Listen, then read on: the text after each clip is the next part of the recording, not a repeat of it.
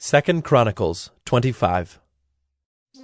Amaziah was 25 years old when he began to reign, and he reigned 29 years in Jerusalem.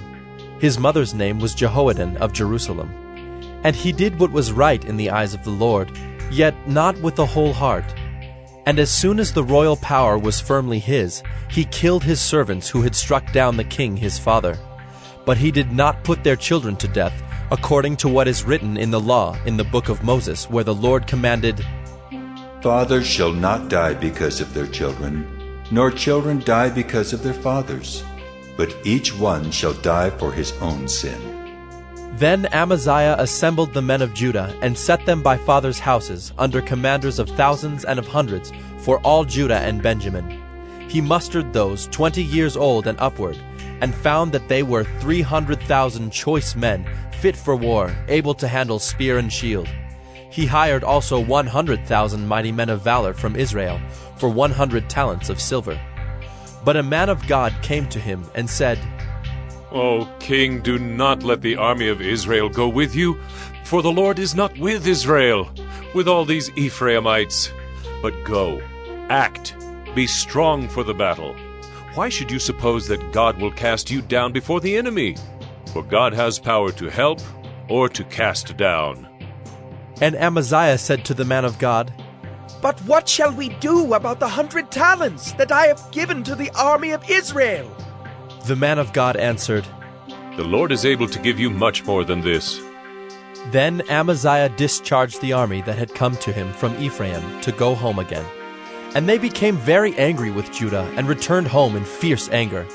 But Amaziah took courage and led out his people and went to the valley of Salt and struck down 10,000 men of Seir. The men of Judah captured another 10,000 alive and took them to the top of a rock and threw them down from the top of the rock, and they were all dashed to pieces. But the men of the army whom Amaziah sent back, not letting them go with him to battle, raided the cities of Judah, from Samaria to Beth-horon, and struck down 3,000 people in them, and took much spoil. After Amaziah came from striking down the Edomites, he brought the gods of the men of Seir, and set them up as his gods, and worshipped them, making offerings to them. Therefore the Lord was angry with Amaziah, and sent to him a prophet, who said to him, Why have you sought the gods of a people who did not deliver their own people from your hand? But as he was speaking, the king said to him, Have we made you a royal counselor? Stop! Why should you be struck down? So the prophet stopped, but said, I know that God has determined to destroy you, because you have done this and have not listened to my counsel. Then Amaziah king of Judah took counsel and sent to Joash the son of Jehoahaz, son of Jehu, king of Israel, saying, Come, let us look one another in the face. And Joash the king of Israel sent word to Amaziah king of Judah, A thistle on Lebanon sent to a cedar on Lebanon, saying, Give your daughter to my son for a wife. And a wild beast of Lebanon passed by and trampled down the thistle. You say, See, I have struck down Edom, and your heart has lifted you up in boastfulness.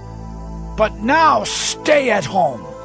Why should you provoke trouble so that you fall, you and Judah with you?